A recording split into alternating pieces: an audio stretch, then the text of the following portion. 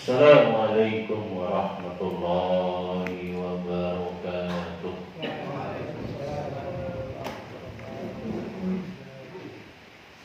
Alhamdulillah nahmaduhu wa nasta'inuhu wa nastaghfiruh wa na'udzu billahi min shururi anfusina wa min sayyiati a'malina. Man yahdihillahu fala mudilla lahu wa man yudlil fala hadiya lahu. Asyhadu an la ilaha illallah wahdahu la syarika lahu wa ashhadu anna Muhammadan abduhu wa rasuluh arsalahu bil huda wa dinil haqq liyudhhirahu 'ala ad-dini kullihi wa kafa billahi shahida. Faballagha risalah wa addal amanah wa nasahal ummah wa jahada billahi haqqa jihadih. Fassalawatullahi wa salamuhu alaihi wa ala alihi wa ashabihi wa man tabi'ahum bi ihsanin ila yaumiddin wa ba'd.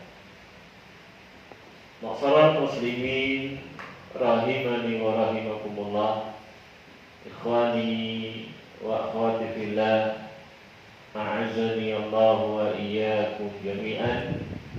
Alhamdulillah, segala puji hanyalah milik Allah Subhanahu wa ta'ala atas limpahan nikmatnya yang tidak terhitung kepada kita seluruhnya.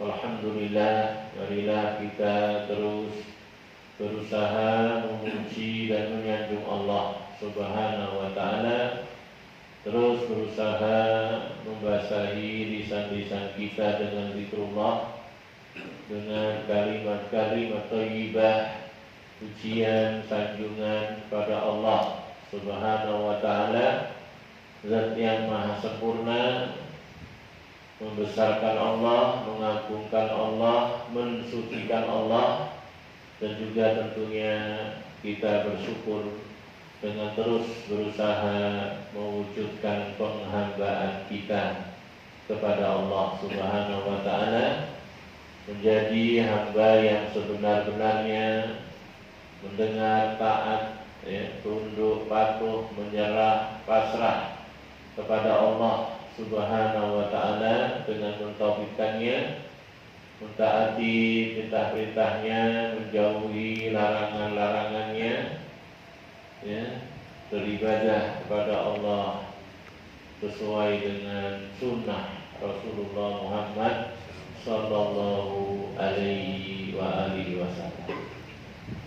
Ma'asyiral muslimin rahimani wa rahimakumullah, alhamdulillah, di malam yang berbahagia ini, walaupun suasananya hujan, limpahan nikmat Allah, alhamdulillah kita diizinkan oleh Allah untuk kembali bisa duduk bermajelis bersama, melanjutkan pembahasan Syarhu Arkanil Iman, penjelasan pokok-pokok akidah Ahlussunnah, khususnya apa yang menjadi rukun iman. Dan kita masih membahas al-imanu billahi subhanahu wa ta'ala. Insyaallah mulai pertemuan kita kali ini dan seterusnya kita akan berusaha memerinci, menjelaskan tentang kandungan yang terakhir dari kandungan mengimani Allah Subhanahu wa ta'ala, yaitu mengimani nama-nama dan sifat-sifat Allah Subhanahu wa ta'ala. Mengenal mengilmui, memahami dengan benar akan nama-nama dan sifat-sifat Allah Subhanahu wa Ta'ala merupakan pembahasan yang sangat-sangat penting, sangat-sangat berpengaruh, berdampak sangat dahsyat dalam kehidupan seseorang dan khususnya dalam ibadahnya kepada Allah Subhanahu wa Ta'ala. Semakin seorang mengenali Allah, maka kalau pengenalannya ini benar, ilmunya ini ilmu yang bermanfaat, tentunya akan menjadi semakin bertakwa kepada Allah Subhanahu wa Ta'ala, akan menjadi semakin khusyuk dalam beribadah kepada Allah Subhanahu wa Ta'ala.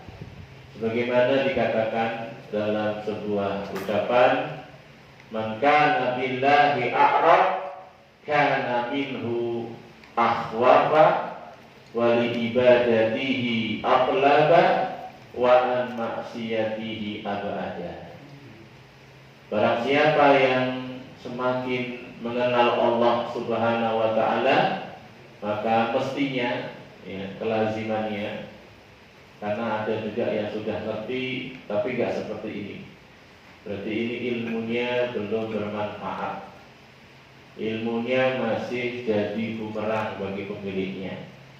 Kadang mengkaji, membahas asma wa sifat, pakar, detail-detailnya rinci, kaidah-kaidahnya, bagaimana cara mengimani nama dan sifat Allah tersebut sesuai dengan apa yang diilmui, dipahami Rasul.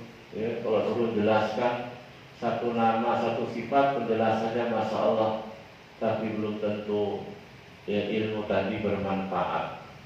Ilmu tadi baru bermanfaat itu kalau benar-benar membawa kepada rasa khosyah, takut kepada Allah Subhanahu wa Ta'ala, membawa kepada semakin khusyuk beribadah kepada Allah, semakin khusyuk mengingat akhirat, semakin persiapan untuk kehidupannya setelah mati, dan semakin menjauhkan dia dari dosa dan maksiat.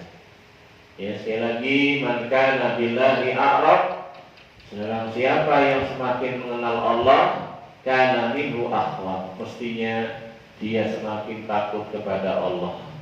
Wali ibadatihi atlaq, semakin semangat, semakin merasa tertuntut, tergerak secara sendirinya, kesadaran tingkat tinggi untuk menghambakan diri kepada Allah Subhanahu wa Ta'ala, wa an maksiyatihi abad, mestinya dari dosa maksiat itu semakin jauh.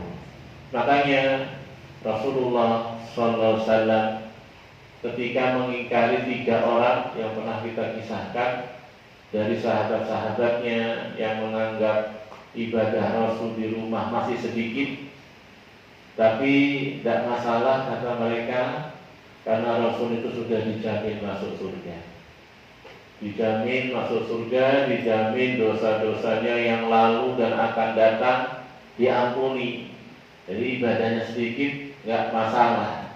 Dan kalau kita ini nggak ada jaminan, makanya yang satu mengatakan mau puasa tiap hari, yang satu mau sholat malam terus, nggak pernah tidur kalau malam, yang satu mau meninggalkan menikah, hidup membujang, fokus ibadah, tidak tersibukkan dengan urusan istri, urusan anak, urusan keluarga. Dijadikan meninggalkan nikah sebagai metode cara beribadah, berharap dengan itu pahala yang besar si Allah. Nah, ketika Rasul mengingkari 3 model orang ini, itu diantara yang Rasul ucapkan dalam sebuah riwayat. Sebelum mengingkarinya, Rasul mengatakan, wallahi inni la'a'lamukum billah wa asyaddukum khasyah. Ketahuilah, aku ini orang yang paling berilmu tentang Allah. Wallahi, demi Allah, ini la'a'lamukum billah. Demi Allah, aku ini di antara kalian orang yang paling ngerti tentang Allah. paling ngerti tentang agamanya, ya, paling ngerti tentang hakikat seorang hamba, paling ngerti. Makanya Rasul mengatakan, setelah menyatakan wa'alamukum billah, Rasul mengatakan wa asyaddukum khasyah, dan aku orang yang paling takut kepada Allah. Ya. Kelazimannya paling bertakwa kepada Allah, paling semangat dalam ibadah. Semuanya Rasul awali dengan ucapannya, wallahi inni la'a'lamukum billah. Diawali dengan apa? Demi Allah, aku orang yang paling ngerti tentang Allah. Ini yang membawa kepada paling takut, ya, paling bertakwa.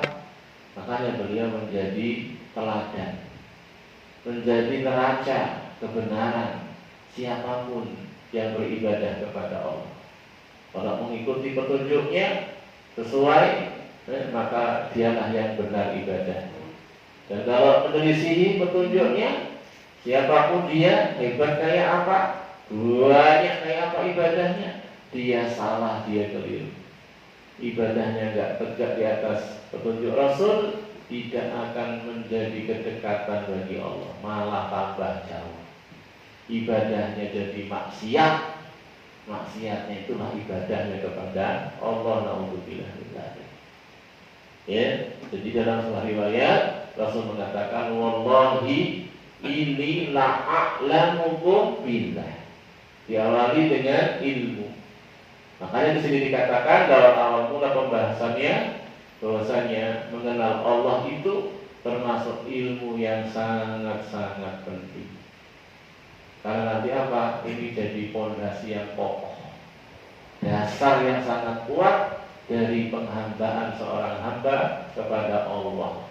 Bagus tidaknya, langgeng tidaknya, ini awet tidaknya, ini kokoh tidaknya, ini sangat bergantung kepada pengenalan dia akan Rabb-nya Allah Subhanahu wa ta'ala. Ya. Dan juga ada peribahasa syaraful ilmi bisarafi ma'lumihi, bahwasanya kemuliaan ilmu itu diukur dari kemuliaan yang dipelajari. Yang dipelajari apa? Kalau yang dipelajari sesuatu yang mulia, maka ilmu itu ilmu yang mulia. Yang dipelajari ilmu yang berbahaya, ini malah ganggu orang, ilmu nyolong, ilmu apa, pesugihan, yang kita kaya. Ada ilmu-ilmunya juga, jalan pintas, tidak perlu capek-capek, kerja keras. Tapi isinya kesyirikan, isinya perjanjian dengan jin setan yang harus begini-begini dari ibadah kepada jin tersebut. Jadilah ilmu ini ilmu yang paling jelek, paling rendah. Dan ilmu apa? Ilmu sihir loh, ilmu sihir. Ya. Tapi yang kita lihat, yang kita pelajari ilmu tentang siapa ini? Tentang Allah. Adakah yang lebih agung dari Allah Subhanahu wa ta'ala? Tidak ada. Maka jadilah dengan ini mempelajari tentang Allah semulia-mulianya ilmu. Syaraful ilmi bisyarafil maklum. Kemudian satu ilmu diukur dari apa yang menjadi isi, yang menjadi pembahasan maudhu materi yang dibahas. Ilmu tentang asma wa sifat membahas kesempurnaan Allah dalam nama-nama dan juga sifat-sifatnya.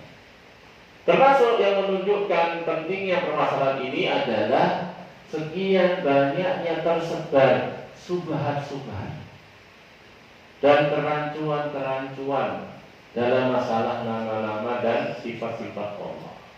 Dan ini sangat dahsyat, bahkan menerpa bukan hanya orang awamnya, yang dikatakan ustadznya, yang dikatakan kiainya, tokohnya, bahkan lulusan luar negeri kuliahnya, datang malah membawa kerancuan-kerancuan pemahaman tentang nama-nama dan sifat-sifat Allah, menolak Allah di atas.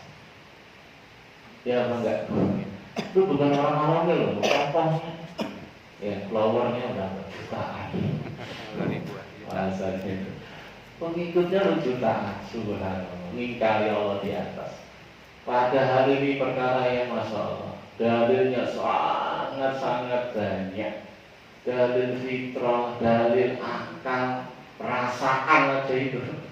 Ya, belum lagi kita dari Quran, dari hadis, ijma, salaf kita. Banyak ribuan dalil bahkan tentang sifat tingginya Allah.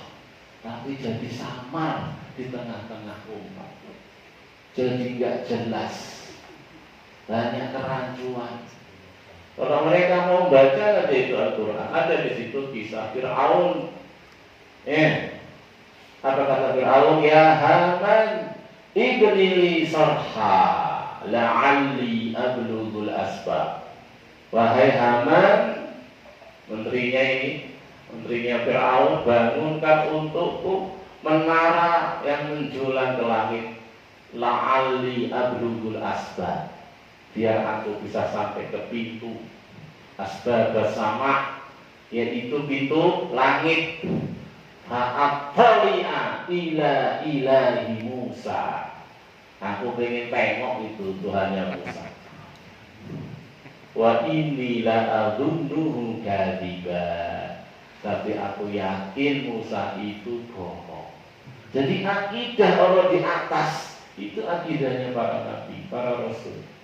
Sampai Nabi Musa alaihissalam menghabarkan kepada Fir'aun bahwa Rabb-nya itu di atas seluruh makhluk-makhluknya, di atas langit.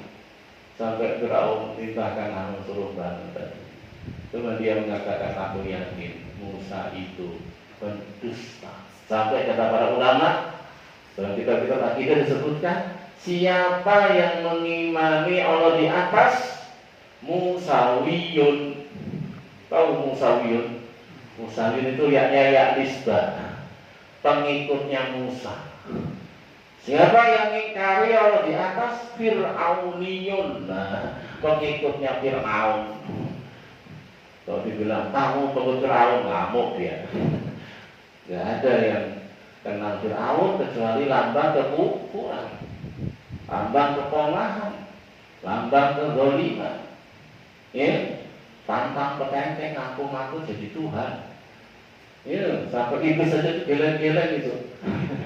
Sebuah riwayat gila dikatakan ketika ketika Fir'aun mengatakan ana rabbukum a'la, itu geleng-geleng. Eneng tau Fir'aun ngalah-ngalahin aku. Iblis kalah. Iblis itu ketika di hadapan Allah nggak mau sujud kepada Adam, apa kata dia? Khalaqtani minna. Maksudnya aku, dia itu hambanya Allah, diciptakan dari api. Adapun Adam kamu ciptakan dari tanah. Bahkan Iblis ketika bersumpah mengimani sifat Allah, wa bi izzatika, demi kemuliaanmu wahai Rabbku, la ughwiyannahum ajma'in, akan aku sesatkan itu seluruh anak keturunan Adam. Ini permusuhan Iblis ya, kisahnya awal mulanya. Itu Fir'aun, anak rabbukum a'la, ngalah-ngalah Iblis. Mau jadi bentuk Fir'aun, nggak ada yang mau. Tapi kalau bahasa Allah di atas, Masya Allah, nampak betul di situ kelihatan pengikut Fir'aun. Masya Allah di atas. Kalau Allah di atas berarti loh pikirannya yang pakai. Bukan sami'na wa amanna wa sodaqna. Orang beriman itu menghadapi kabar gaib dari Allah dan Rasulnya tidak ada sikapnya kecuali sami'na wa amanna wa sodaqna. Kami dengar ya Allah, sami'na wa amanna, kami imani wa sodaqna, kami benarkan. Bila raibin, bila sakit, gak ada ragu, gak ada bimbang. Gimana orang itu dengan bimbang kabar Allah dan Rasulnya? Bila rima wa kaifa, tanpa bertanya-tanya ngeyel, mengapa demikian? Kok bisa begitu? Masa kabarnya Allah kamu sikapi? Kenapa demikian? Kok bisa begitu? Apa iya? Berarti nanti Allah diliputi ruang. Gak boleh dikatakan Allah itu dalam arah tertentu. Nanti Allah jadi kecil, diliputi oleh arah. Pokoknya muncul, nggak tahu lah apa dari pikirannya itu. Memberat-beratkan diri. Memberat-beratkan diri. Padahal perkaranya gampang. Mudah tinggal sami, nawa aman, nawa sadar. Bahkan secara akal saja, ya secara akal saja itu menunjukkan Allah di atas. Ya, di atas itu sifat mulia atau sifat yang rendah? Di atas sifat yang mulia. Makanya raja itu di atas. Saya aja taklim tawarnya di atas ini, dari bawah. Saya bersyukur mungkin pemuliaan kepada ustaznya, pengagungan. Begitu. Atasnya sifat yang mulia. Kalau mulia, ya bagi Allah cuma sifat yang mulia. Walillahi masalul a'la. Bahwa sifat yang rendah. Ini secara akal. Bahkan yang mengatakan Allah di mana-mana itu. Kadang nggak sadar dia nanti semuanya tergantung yang di atas. Loh, barusan ngomong Allah di mana-mana. Ngomongnya nanti kita cuma bisa bekerja, cuma bisa berusaha. Semuanya tergantung yang di atas. Bahkan baru cerita Isra Mi'raj. Tahu Isra Mi'raj? Perjalanan Nabi dari Masjidil Haram ke Masjidil Aqsa ke Isra. Kemudian naik ke langit, langit 1, langit 2, sampai tempat yang paling tinggi. Dapat perintah langsung dari Allah. Allah di atas. Sepakat itu baru cerita Isra Mi'raj. Terus saya ceritanya di mana Allah, di mana-mana. Kemana ini? Dari fitrah. Ya, bahkan sampai penyanyi, tahu penyanyi itu yang dulu mungkin sebagian kita ngefans sama dia. Tersampainya di laut, disampaikan kepada ombak, kepada karang, suruh tanya sama rumput yang bergoyang. Mungkin yang di atas sana ada jawabannya. Itu fitrah. Bahkan sampai binatang aja itu. Pernah ada satu kisah, seorang raja ingin mengadakan sholat istisqa. Raja Sulaiman atau siapa ya? Lupa saya kisahnya. Itu seorang raja. Kemudian ketika dia mengadakan, dia lihat semut itu melumah. Sudah minta kepada Allah, udah tidak usah istisqa, sudah ada makhluk yang berdoa minta sama Allah. Semutnya itu melumah. Dan kita aja berdoa begini loh. Kemana antum pikirannya, fitrahnya ketika mengatakan ya Allah? Nah, ke atas. Ya Allah ke atas. Nggak ada ya Allah mana-mana. Ini contoh. Ya, perkara yang sangat-sangat mendasar. Kalau di atas dalilnya banyak. Tiap hari bilang sabbihi isma rabbikal a'la. Kalau sebut subhana rabbiyal a'la. Apa tuh artinya a'la itu? Yang maha tinggi. Maha tinggi nama Allah. Sifatnya ada 3. Ulul zat, ulul qahr, ulul qadar. Tinggi, maha tinggi Allah itu 3. Tinggi zatnya di atas seluruh makhluk. Tinggi qahr itu ke sifat-sifatnya sempurna di atas seluruh makhluk. Ulul qahr yang ketiga, tinggi kekuasaannya, tinggi zatnya, tinggi sifat-sifatnya, tinggi kekuasaannya. Ini 3 kandungan dari nama Allah Al-A'la atau Aliyun, Al-Ali. Maha tinggi juga artinya. Dan berapa banyak apa dalam Quran disebutkan ta'rujul malaikatu, sesuatu naik ke atas. Ini sesuatu naik ke atas. Kemana ini? Kepada Allah. Ilaihi yas'adul kalimut thayyibu wal amalu shalihu yarfa'uh. Kepada Allah naik kalimat-kalimat yang thayyibah itu. Ujian kita, sanjungan kita, tasbih, tahmid, baca Quran kita, zikir kita naik. Ilaihi yas'adul kalimut thayyibu wal amalu shalihu yarfa'uh. Amal saleh yang mengangkatnya. Apa ini maksudnya naik? Apa naik itu? Dari bawah ke atas menuju Allah. Kisah Nabi Isa ketika dikepung mau dibunuh sama orang-orang Yahudi, barrafa'ahu Allahu ilaihi. Allah selamatkan Nabi Isa, diangkat ke atas kepada Allah. Ya, ini. Dan betapa banyak juga lafaz Quran, lafaz hadis menunjukkan turunnya sesuatu dari Allah. Turun perintahnya, turun rahmatnya. turun malaikatnya. Apa itu turun? Dari atas ke bawah. Tadi itu kita sudah ceritakan kisah Isra Mi'raj. Ini baru sedikit contoh kecil, rancu di tengah-tengah. Dia memahami ayat wa huwa ma'akum aynama kuntum wa huwa ma'ahum aynama kanu. Allah bersama kalian dimanapun kalian berada. Allah bersama mereka dimanapun mereka berada. Salah memahami ayat ini. Dari sini muncul kerancuan pemahaman Allah di mana? Karena Allah mengatakan dia bersama kalian dimanapun kalian berada. Allah bersama mereka dulu mereka berada. Padahal kalau kita lihat ayat sebelumnya dan ayat setelahnya, di situ akan jelas maksudnya bersama itu apa di situ. Karena dalam ayat itu juga disebutkan Allah beristiwa di atas arsy. Ayat yang ada penyebutan wa huwa ma'akum aynama kuntum atau wa huwa ma'akum aynama kanu, itu di antara ayatnya apa? Ada sebelumnya di awal-awal ayatnya itu penyebutan Allah beristiwa di atas arsy. Dan ini termasuk dalil Allah di atas. Karena arsy itu makhluk Allah yang paling tinggi. Kalau dikatakan Allah beristiwa di atas arsy, berarti Allah itu tempatnya paling tinggi dari seluruh makhluk-makhluknya. Ya. Penyebutan ini menunjukkan apa? Dalil juga Allah itu di atas. Dan masih banyak. Bahkan ada kitab khusus judulnya Al-Ulu tentang sifat tingginya Allah, ditulis oleh Imam Zahadir sampai itu lupa saya. Di situ juga ribuan dalil. Dikatakan ada ribuan dalil tentang Allah itu di atas. Belum bahas sifat tangan. Ini aneh lagi mereka. Karena Allah punya tangan. Makanya mereka menggelari Ahlus Sunnah itu mujassimah. Apa mujassimah itu? Menjisimkan Allah. Allah itu berjasad kata mereka. Itu begitu. Kenapa? Gara-gara kita menetapkan Allah punya tangan, Allah punya mata. Ya, kata Rasul tentang hadis Dajjal, inna rabbakum laisa bi'awar. Inna rabbakum laisa bi'awar. Dajjal buta sebelah matanya.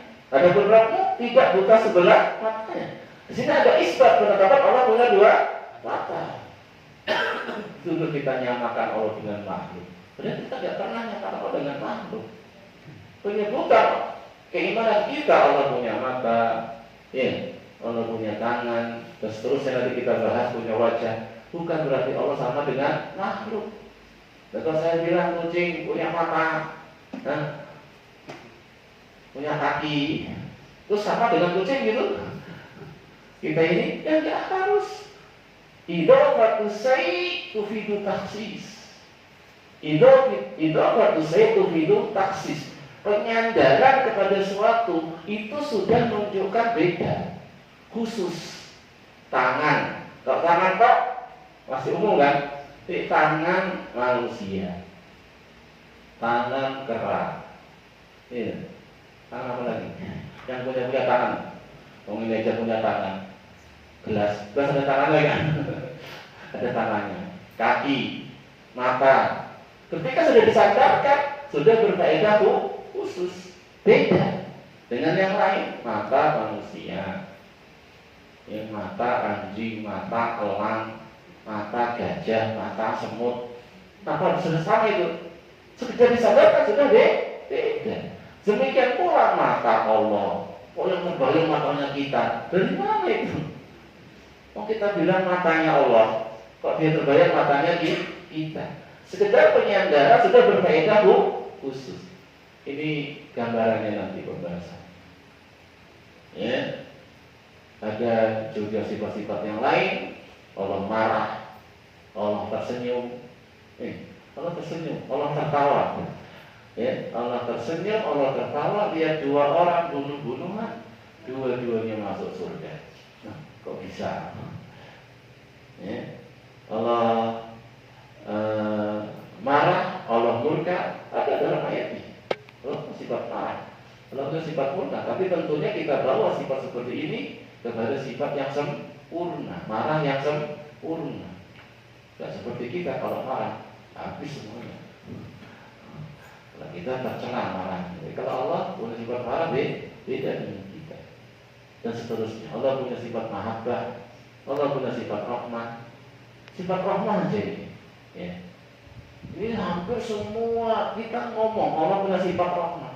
Tapi ada satu kelompok, ya, namanya kelompok Asy'ariyah, pengikut Imam Abu Hasan al-Asy'ari, yang sekarang sering didengung-dengungkan ke akidahnya. 13 sifat wujud, tidak bakok.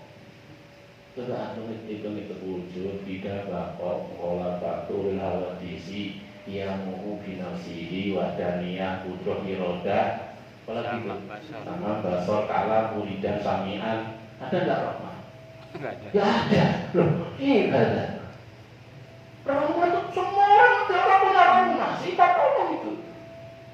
Nah, sampai tidak disebutkan, kata itulah akidahnya Ahlussunnah. Sudah tidak betul ini. Bahkan kalau kita lihat lafaz apa mukhalafatul hawadis, apa ada lafaz hadisnya mukhalafatul hawadis itu? Dari mana lafaz itu? Ya. Padahal masalah nama sifat itu tauqifiyah. Tauqifiyah itu terima jadi, tidak ada tempat istihad. Memperkara gaib, Pak. Antum lo nama sebelah antum kalau belum kenalan, apa ngerti? Berani nebak-nebak, lancang antum kalau nebak-nebak. Gimana nama Allah dia tetapkan sendiri? Maka termasuk penyimpangan memberi nama Allah dengan nama-nama yang tidak ada dalilnya. Tidak pernah Allah bernama dengannya, atau mensifati Allah dengan sifat yang tidak pernah Allah bersifat dengannya, tidak ada dalil. Masalah nama Allah, sifat Allah perkara gaib juga, tidak bisa ditetapkan kecuali dengan dalil. Cuman kabar. Ya, ini, ya, kelompok yang dahsyat ini besar. Akan dikatakan, ada yang katakan 90% kaum muslimin itu akidahnya Asy'ariyah. Ahlussunnah itu yang akidahnya Asy'ariyah. Kalau ada Asy'ariyah bukan Ahlussunnah. Akidahnya Asy'ariyah, mazhabnya Syafi'i. Terus apa lagi gitu ya? Tarekohnya apa itu tarekohnya? Naqsabandiyah mungkin atau apa lagi? Ini aneh-aneh, apa sahabat kayak gitu? Asy'ari setelah sahabat. Saya setelah para sahabat. Syafi'i setelah para sahabat terus apa akidahnya? Apa mazhabnya? Ini kan harusnya begitu kita bahas, cerdas, ya. Tapi demikianlah fitnah, subhan. Makanya belajar asma wa sifat termasuk sangat-sangat penting mengingat tadi. Ya, jadi ini kita bahas dulu bagaimana urgensi belajar asma wa sifat, sangat penting, sangat urgen. Ya, tadi dijelaskan yang pertama dia ilmu yang dengannya seorang semakin kenal Allah, semakin takut, semakin khusyuk, semakin bertakwa. Ya. Dan kemudian satu ilmu dilihat dari yang dipelajari. Kemudian tadi yang kita bahas barusan, banyaknya kerancuan, ya, di tengah-tengah umat tentang masalah asma wa sifat, sehingga kita perlu satu ilmu yang jelas, kaidah yang jelas, manhaj metode yang jelas. Bagaimana sih sebetulnya pembahasan tentang asma wa sifat tersebut? Ya, makanya di sini ya, insya Allah akan kita pelajari kaidah-kaidah tersebut. Bagaimana patokan-patokan, ya, kaidah-kaidah, dasar-dasar, ya, yang benar, yang lurus, yang tentunya diambil dari Quran dan hadis dalam memahami nama-nama dan sifat-sifat Allah. Kaidah yang pertama, ya, ya, Asma'ullahi tauqifiyah. Asma'ullahi tauqifiyatun. Ini kita bahas kaidah nama dulu. Ya, jadi ada kaidah nama sendiri, ada kaidah-kaidah sifat sendiri, nanti ada kaidah-kaidah memahami dalil. Dalil-dalil yang berbicara asma wa sifat. Ya, jadi kaidah-kaidah memahami nama-nama sifat-sifat terbagi tiga nanti. Ada kaidah-kaidah berkaitan dengan nama-nama Allah, memahami nama-namanya. Ada kaidah-kaidah memahami sifat-sifat Allah, nanti ada kaidah memahami dalil-dalil Quran dan hadis yang membicarakan nama dan sifat. Bagaimana metode cara memahami yang benar dalil-dalil tersebut. Dan ini pembahasan agak rinci, agak detail, butuh mengerutkan dahi, nggak bisa sambil tidur. Nggak bisa sambil santai-santai, nanti malah nggak mudeng, malah nggak ngeh. Ya. Makanya kita kupas ya sebatas yang Allah berikan ilmunya kepada kita dari kaidah-kaidah tersebut. Kaidah yang pertama, asmaullahi tauqifiyatun. Itu saya disampaikan tadi. Nama-nama Allah itu perkara yang tauqifiyah, yaitu apa? Dibangun di atas dalil yang valid dari Quran dan hadis, tidak ada masuk akal di dalam, bukan tempat untuk beristihad. Ya, tidak ada istihad nama-nama Allah, tidak ada. Tapi kalau mengumpulkan dalil Quran, dalil hadis yang menyebut nama-nama dikumpulkan sehingga terkumpul nama-nama Allah, nah itu ada. Ya, jadi diteliti dari Al-Fatihah sampai Anas, ada penyebutan nama dikumpuli itu ternyata dalam Quran ada sekian jumlah nama Allah. Kemudian hadis diteliti juga, saya Bukhari, saya Muslim, terus dikumpulkan nama-nama Allah. Karena nanti ada pembahasan innalillahi tis'atan wa tis'ina isman. Bagi Allah itu 99 nama. Mi'atan illa wahidah. 99 kurang 1. 100 kurang 1. 99. Man ahsaha dakhalal jannah. Siapa yang ahsa yuksi ihsa'an, tafsirnya. Man ahsaha yuksi ihsa'an. Siapa yang mengahsoha, sering orang terjemahkan menghafalnya, maka baginya surga. Padahal makna ihso nanti ahso yuksi ihsoan itu bukan hanya menghafal lafadznya, tapi di samping dia hafal lafadz-lafadznya, dia ngerti makna-maknanya, ngerti kandungannya. Itu yang kedua, hafal lafadznya, ngerti maknanya, kandungannya, ya. Kemudian yang ketiga, mengamalkan, ya, mengamalkan apa yang menjadi konsekuensi, yaitu tuntutan nama tersebut. Ini namanya ihsa. Nah, yang menghafal, mengihsa 99 nama itu ada hadis khusus, ada fadilah masuk surga. Nah, di sini ada ulama itu kemudian membahas, meneliti Quran, hadis, dikumpulkan nama-nama Allah itu sampai sejumlah 99. Ketika dikumpulkan, loh, ternyata lebih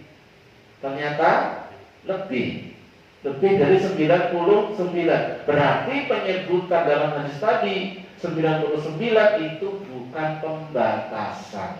Itu bagi yang mau mengihsa. Ihsa'lah 99 sudah cukup, ada jaminan masuk surga. Bukan berarti nama Allah hanya 99. Ini pun juga subhan yang tersebar di masyarakat, nama Allah cuma 99. Padahal kalau dibatasi 99, nanti konsekuensinya Allah itu terbatas. Padahal Allah tidak terbatas kemuliaannya. Ya, nggak ada batasan tertentu kemuliaan Allah itu. Ya, baik. Jadi kaidah yang pertama, asmaullahi tauqifiyatun. Nama-nama Allah itu dibangun di atas dalil yang valid, Al-Quran dan hadis yang sahih. Ya, akal manusia tidak boleh berperan untuk menentukan nama-nama Allah.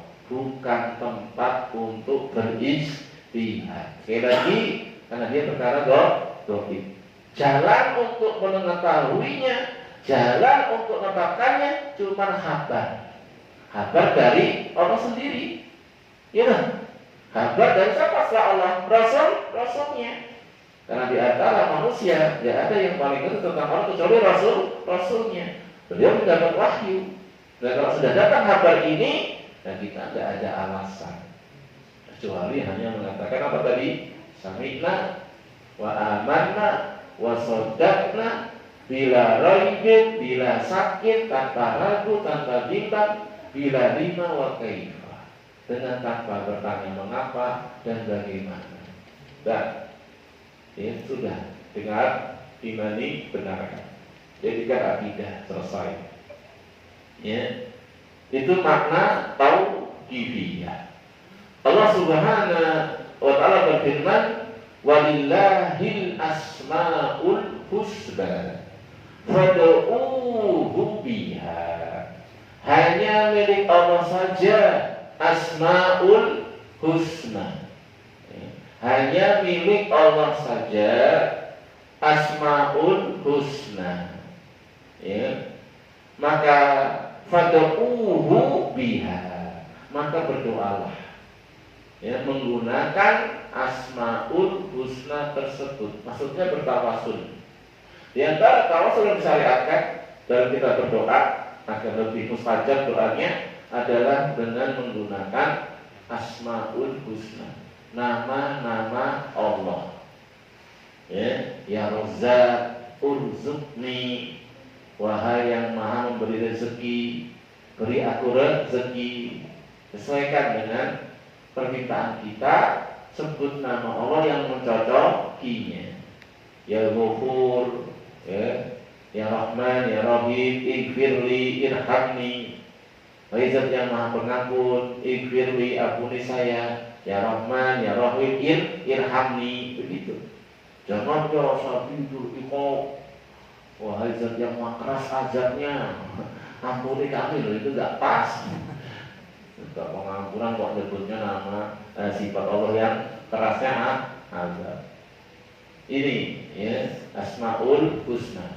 Berdoa menggunakan asmaul husna, tawasul dengan nama-nama Allah. Itu diperintahkan dalam ayat ini. Ya. Berkata Ibnu Taimiyah rahimahullah, ya, al-asma'ul husna al-ma'rufah hiya allati yud'allahu biha.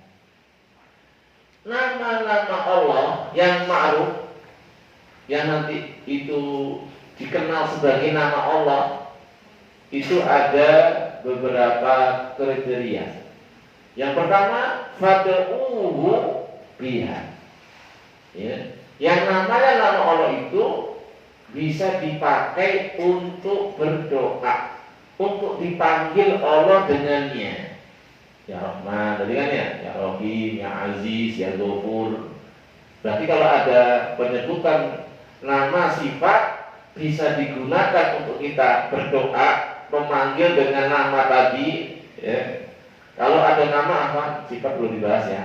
Kalau ada nama dalam Quran, dalam hadis, kemudian nama tadi bisa digunakan untuk berdoa, manggil Allah dengannya sesuai dengan hajat kebutuhan kita, maka ini masuk kategori yang pertama dari apa yang namanya nama Allah, bisa dipanggil dengannya. Ya, bisa berdoa dengan nama tersebut sebagaimana tadi disebut dalam ayatnya, fad'uuhu biha. Berdoalah kalian, panggil Allah dengan nama tersebut. Ini. Ya. Kemudian yang kedua, yang namanya nama Allah, sifat Allah, nama Allah itu harus dengan dalil, harus dengan dalil, sebagaimana ditunjukkan tadi dalam ayatnya, walillahil asmaul husna. Hanya milik Allah nama-nama yang husna tersebut, ya, hanya milik Allah. Makanya apa di sini? Allah yang menentukan, bukan kita. Allah yang menentukan, bukan kita. Nah, makanya apa? Tauqifiyah, terima jadi. Harus berdasarkan dalil, ya. Harus berdasarkan dalil.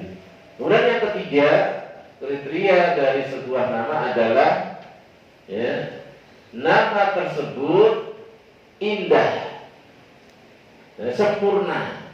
Karena dikatakan dalam ayatnya apa? Disifati asma dengan husna.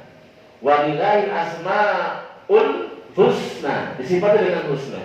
Jadi nama-nama Allah itu pasti nama-nama yang indah, pasti nama-nama yang sempurna. Tidak ada cacat, tidak ada kurang. Bahkan dia dalam puncaknya kesempurnaan. Ya, bahkan dia dalam puncaknya kesempurnaan. Tidak ada cacat, tidak ada kurang. Ya. Sudah bisa? Kalau sudah, azan dulu, nanti kita lanjutkan sebentar.